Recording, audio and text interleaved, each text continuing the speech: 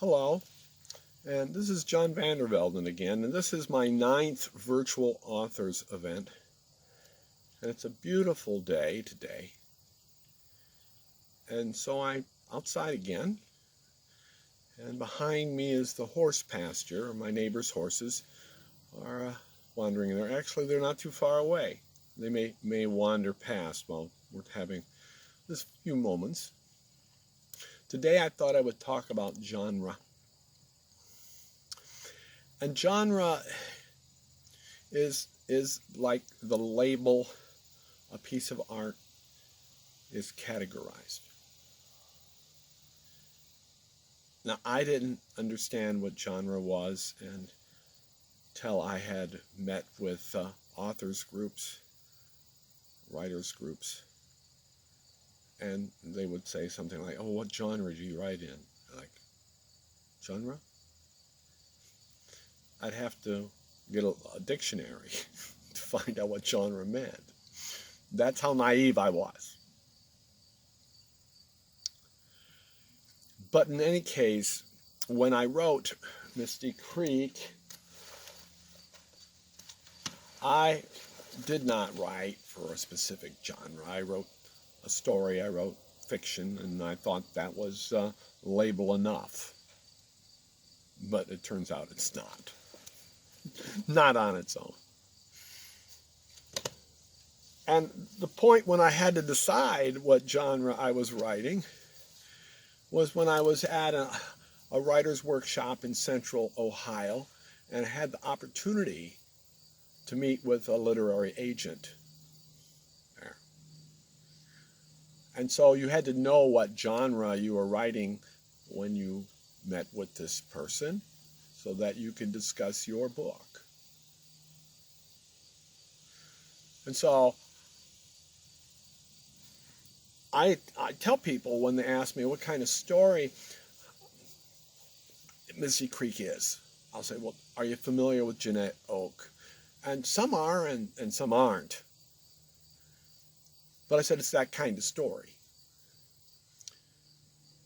Jeanette Oke is one of the pioneers of the genre of Christian fiction. And some will say, no, it's not Christian fiction, it's inspirational fiction. I would disagree.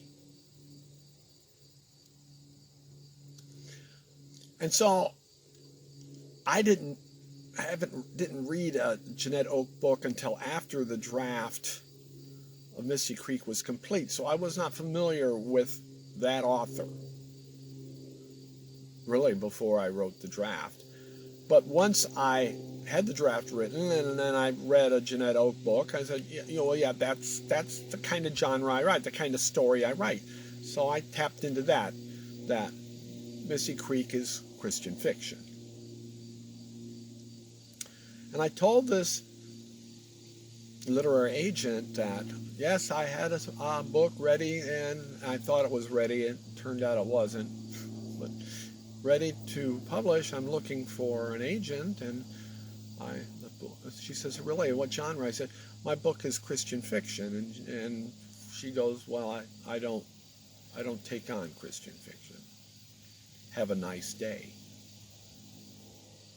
But she did give me the name of someone in her agency that did handle Christian fiction that I could reach out to, and I did later.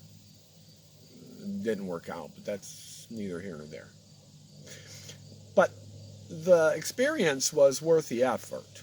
I learned a great deal talking to this literary agent, even the few minutes that we shared. But I also learned the importance of genre. Because genre is the categorizing of an art form so that people that are looking to find some item within that art form have a clue where to look. Bookstores often put the books on the shelf by genre. And I thought general fiction was definition enough, a label enough, or label enough. But it isn't, because general fiction or fiction is a very broad brush. Within fiction you have subgenres such as historical fiction, romantic fiction, action and adventure fiction. You have crime fiction. You have all kinds of genres within fiction. And many of these genres have subgenres. You know, when you go to historical fiction, you can go to World War II historical fiction, pioneer historical fiction. So, but in any case, if you're looking for a book, there's two things that most purchasers of books look at. And one is the author, if there's someone they're familiar with or someone, a friend of them has said, you really need to read this author. And the other one is genre. What part of the bookstore will you find what you're looking for?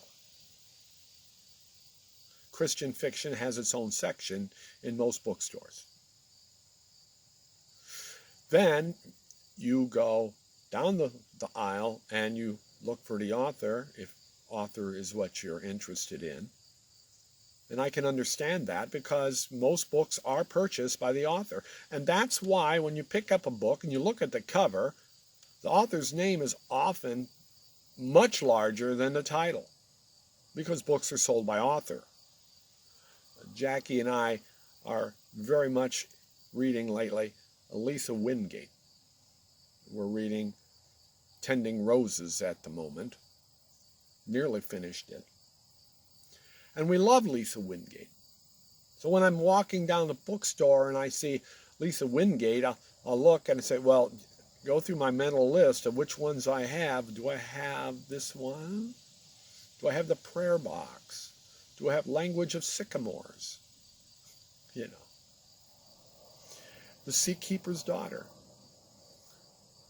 Lisa Wingate. And you likely have a favorite author as well.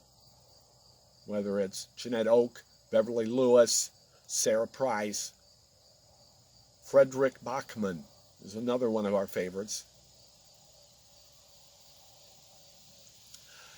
And that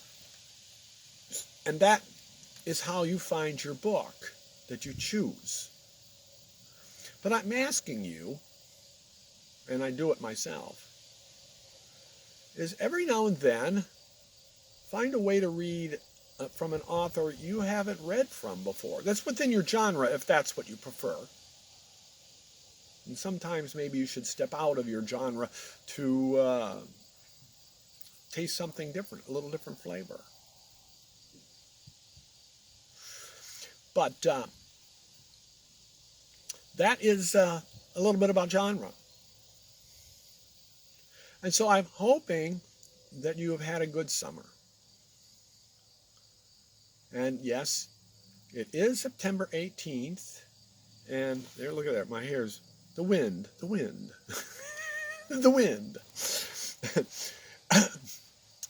It's September 18th, and I know that the unofficial end of summer is Labor Day, which was a few weeks back. But the calendar tells me different. It tells me that I've got a few glorious days of summer left this year. And if the days are like today, I don't mind. It's not too warm. The sun's shining. So I hope you had a good summer. And I hope you've been well. And so take care until we have a chance to chat again. Hopefully, someday we will be able to meet face to face. You take care and blessings. Till next time.